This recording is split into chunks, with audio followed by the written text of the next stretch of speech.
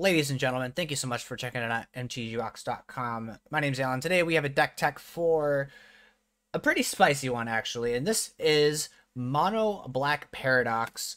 And this is a deck that's been kind of coming up in the historic scene ever since the alchemy cards were introduced into the game. And I think this deck is definitely possible. It could have had some legs kind of prior to that, but I think that there was one key alchemy card that really ties the entire deck together that really makes it a lot more of a viable option in today's current metagame. So let's break down the deck here real quick. We'll take a look at each of the cards and how they play into the deck. And yeah, let's get into it. So obviously the namesake of the deck is Paradox, so it's Mono Black Paradox. So we're using Paradox Engine as our kind of combo engine, essentially, if you will, as one piece of it anyways. And if you play Commander, you know that this card is absolutely busted, banned in Commander as well because it is so powerful. And so basically it's a 5-mana artifact that says whenever you cast a spell, you get to untap all non-land permanents you control. And so what's the spell that we are effectively casting over and over again? Well, that is Acererak, the Archlich. Acererak is a 3-mana 5/5 when it enters the battlefield. If you haven't completed the Tomb of Annihilation dungeon, you return it to your hand, and then you get to venture into the dungeon. The bottom half, whenever it attacks, you make a zombie, blah, blah, blah. That's not important here. Really, the important thing is the cast trigger. We cast it, and then it comes back to our hand since we're never going to complete the Tomb of Annihilation dungeon. Now, how are we doing this?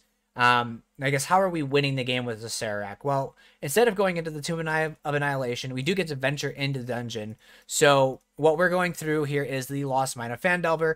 And as we go through the Lost Mine of Phandelver, we hit the Dark Pool room, and it will drain our opponent for 1 life and we'll gain a life. And so essentially, all we need to do is cast Acererak a bunch of times and untap all of our non-land permanents and go through the dungeon an infinite number of times, getting through the Dark Pool going through that effectively enough times to kill our opponent. Cool.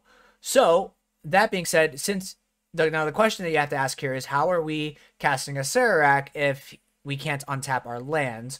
Well, we have a bunch of mana rocks. So kind of the really a big important one here is Cold Steel Heart enters, and we get to choose a color. So we're going to name black most of the time with this. I think pretty much every time we're going to name black with this so that we can pay for the black mana in Acererak's cost.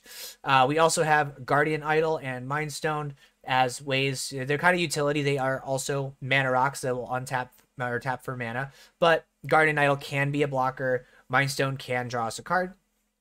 In addition, we also have Hedron Archive, again, 2 mana, it'll add 2 mana, and it will also draw us 2 cards if we need. And the key important card that we have here is Key to the Archive, which is from Alchemy. Enters tapped, and we get to draft a key or card from Key to the Archive spellbook, which there is 15 different spells.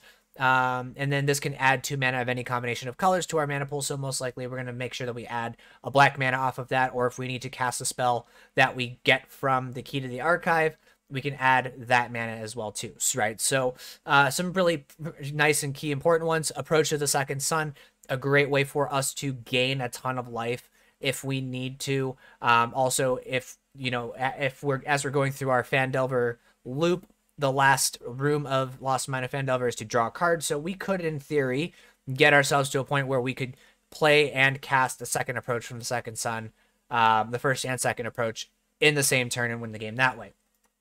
We had things like Day of Judgment for board wipes, counter spells. I guess not. Counter spells not really important. Demonic Tutor, probably a pretty good one to have if we were missing one of the combo pieces. Removal and Doomblade, Lightning Bolt, Claim the Firstborn, not necessarily important. Krosan Grip could be actually very important as well too. If there are certain artifacts in play that are kind of hindering our progress, that's important.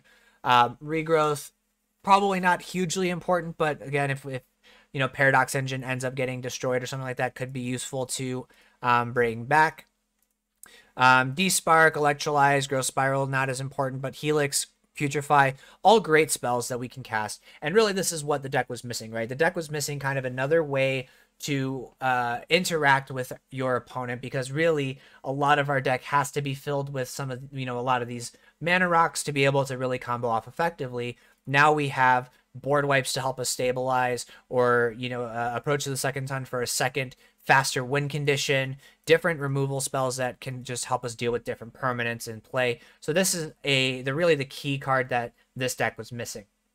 Outside of that, we have a couple of fatal pushes to deal with early game creatures. A lot of the metagame is pretty early, early creature decks right at this point. So having some fatal pushes are nice.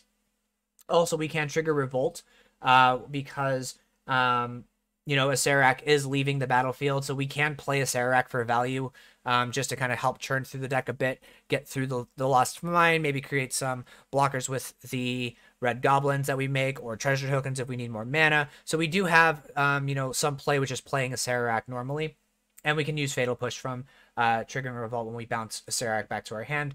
Additionally, we have Ominous Traveler, which we get to draft another set of cards from its spell book. But the really key important thing here with Ominous Traveler, for one, it does set up blockers because it does give us a fair bit of creatures we can pick from the new Innistrad sets. So that's a nice benefit. But what is nice about it is that when we do end up casting the spell that we find with the Ominous Traveler, we do get to bounce it back to our hand. So this is just another way to kind of endlessly trigger Paradox Engine. Kind of helps us to get some things going, set up with a bunch of blockers in play if we need. So there is some play here with this as well. Lastly, we have Karn the Great Creator.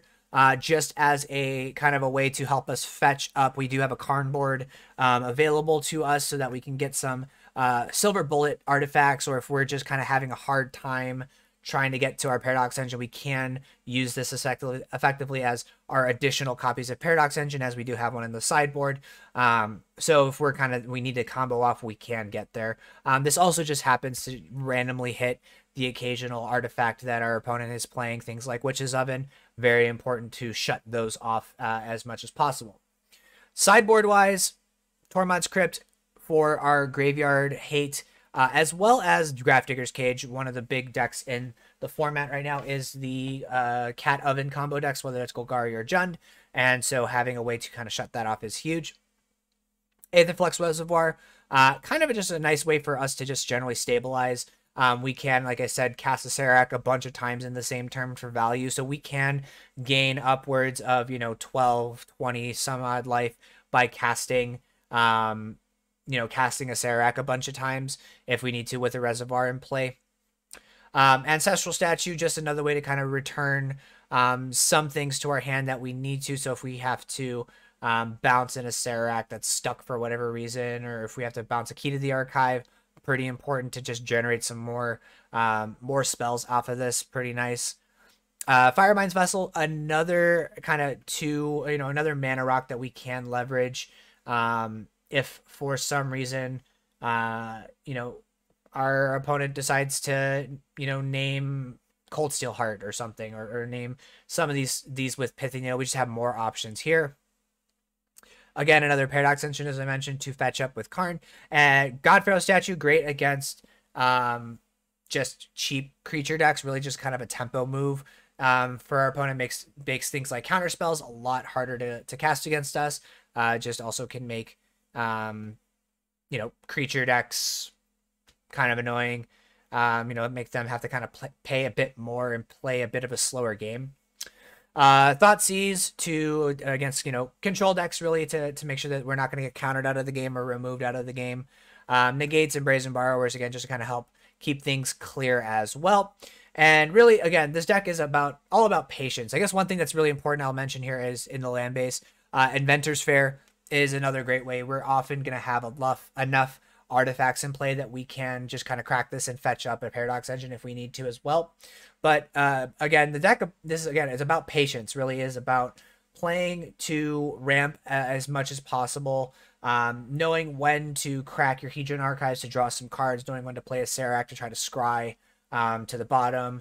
And then again, just hoping you hit a Key to the Archive to really kind of tie the deck together and figure out a way to essentially win through that with this combo. But really, this deck is the APM test, essentially.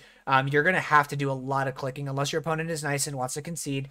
You are going to have to do a ton of clicking for, you know, to make this combo work. And actually at the end of the video, or at the end here, I will include a kind of an iteration just playing through against Sparky, doing an iteration of this loop, so you can really just see how much clicking is truly involved with this. So yeah, but thank you guys so much for watching, and yeah, let us know what you guys think about this deck in the comments, and we'll see you guys in the next one.